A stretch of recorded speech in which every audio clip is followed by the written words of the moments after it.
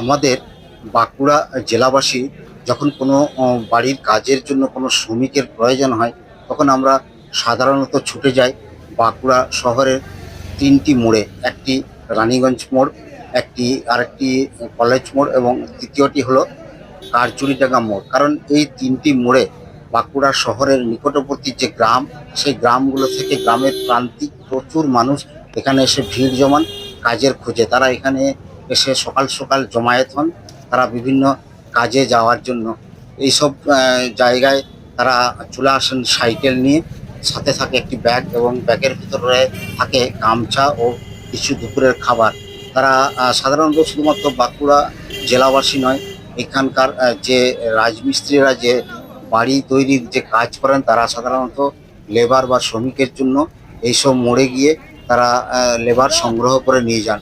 বাঁকুড়া শহরের নিকটবর্তী প্রচুর গ্রাম আছে যেখানকার বহু মানুষ এই লেবারের কাজ করেন বা শ্রমিকের কাজ করেন।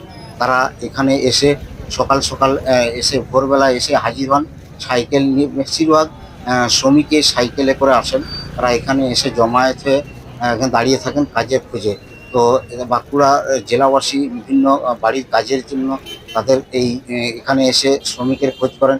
শুধুমাত্র বাঁকুড়া জেলাবাসী নয়, বাঁকুড়া শহরের বিভিন্ন যে রাজমিস্ত্রি যারা কাজ করেন, সেই রাজমিস্ত্রিরা সাধারণত তাদের কাজের যে সুবিধার জন্য তাদের লেবার যে প্রয়োজন হয়, সে তাদের লেবার এই রানীগঞ্জ মোড় বা কারজুটাঙ্গা মোড় কিংবা কলেজ মোড় থেকে সংগ্রহ করে নিয়ে যান। এই বাঁকুড়া শহরের নিকটবর্তী বহু গ্রাম আছে যেখানকার প্রান্তিক মানুষগুলো এই শ্রমিকের কাজ করেন। তারা সকাল সকাল ওই কারণে পৌঁছে যান এইসব জায়গায়, এই মোড়গুলোতে। সাধারণত সবাই বাঁকুড়া শহরের বেশিরভাগ মানুষই জানেন যে শ্রমিক বা লেবার এই রানীগঞ্জ মোড়, কলেজ মোড় ও কার্যুডাঙ্গা মোড়ে পাওয়া যায়। তাই আমরা যখনই কোনো কাজের প্রয়োজনে, বাড়ির কোনো কাজের প্রয়োজনে বা রাজমিস্ত্রি তাদের বাড়ির ওই কাজে শ্রমিকের প্রয়োজন হয়, তখন তারা ছুটে যায় এই সব মোড়গুলোতে। সেখান থেকে তারা শ্রমিক সংগ্রহ করে নিয়ে যায় তাদের কাজের সুবিধার জন্য। তো হয়তো তারা রাজমিস্ত্রিরা হয়তো দেখা যায় একটা কাজ হয়তো ৭-৮ দিন, ১০ দিন, ১৫ দিনের জন্য তারা লেবারগুলোর সঙ্গে চুকিয়ে তাদের লেবারগুলোকে সঙ্গে নিয়ে চলে যান। তারা হয়তো ওই ৭-৮ দিন, ১০ দিন তারা সোজা সেখানে কাজে চলে যান। আবার যারা প্রতিদিন কাজে নিযুক্ত হন, তারা প্রতিদিনই এসে সকালে এখানে এসে দাঁড়িয়ে পড়েন।